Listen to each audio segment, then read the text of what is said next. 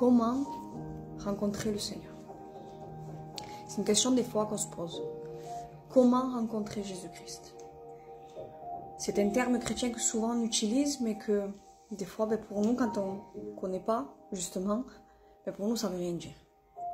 On peut connaître la croix, on peut connaître Jésus, on peut connaître vraiment la Bible, et pas avoir fait cette rencontre avec le Seigneur. Donc moi, de ma part, je vais vous raconter comment j'ai rencontré le Seigneur. Vous savez, chaque nouvelle naissance est différente.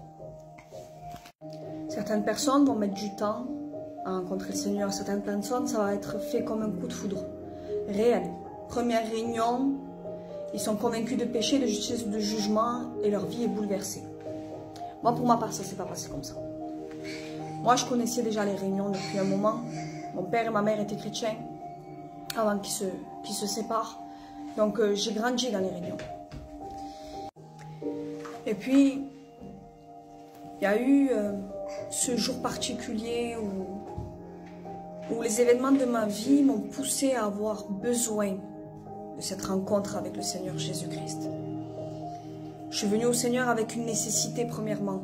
Je voulais qu'il réponde à un besoin de mon cœur. Et les réunions sont passées, je ne ressentais rien. Absolument rien. C'est-à-dire que j'entendais les prédications, mais dans mon cœur, ça ne faisait pas d'effet. Ça a duré, je crois bien, 8 mois.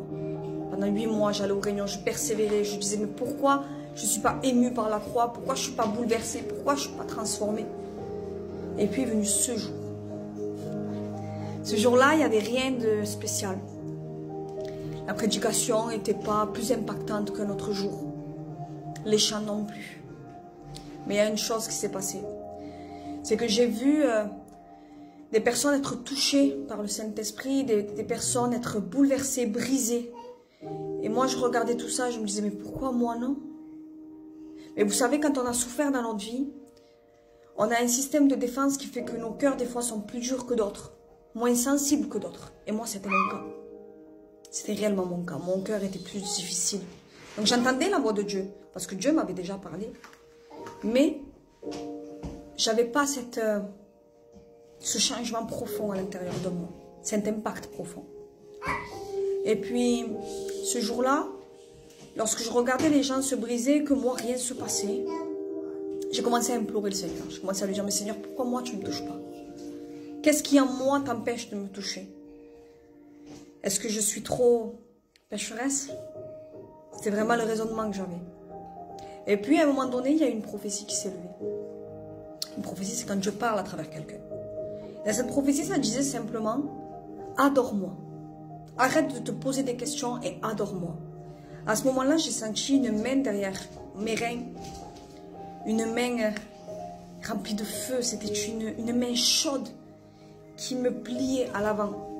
Comme une révérence que je devais. En fait, cette main a positionné mon corps d'une manière à amener une révérence devant le Seigneur. Et là, j'ai commencé à adorer. Ma prière a changé. Ce n'était plus Seigneur, parle. Seigneur, dis-moi. Seigneur, donne-moi. C'était Seigneur, merci. Cette prière-là, elle a tout changé. Parce que je suis rentrée dans l'adoration, je suis rentrée dans cette foi. C'était une prière de foi. Ce n'était plus une prière qui demande, c'était une prière qui reçoit. Je disais, Seigneur, merci pour la croix. J'étais en train d'adorer quelque chose que je ne ressentais pas, mais que je savais. Je savais qu'il était mort pour moi. Je savais que mes péchés étaient pardonnés par la croix. Et lorsque j'ai proclamé ça, c'est à ce moment-là que j'ai senti le feu du Saint-Esprit. Parce que des fois, on attend le feu du Saint-Esprit, mais on prend les choses à l'envers. Si je ressens, eh bien, alors je croirai. Et Dieu fait grâce, des fois, il fait les choses comme ça. Mais moi, ce n'était pas mon cas. Moi, il a fallu d'abord que je croie, que je fasse un acte de foi avant de ressentir. Et là, j'ai ressenti le feu du Saint-Esprit. Là, j'ai ressenti un feu dans mes entrailles qui m'a bouleversée. Quand j'ai ressenti ce feu dans mes entrailles, je suis rentrée chez moi avec la conviction que quelque chose venait de se passer. Mes liens ont été brisés. J'avais des liens par rapport à certains péchés. Ce jour-là, tous mes liens ont été brisés. Une nouvelle naissance.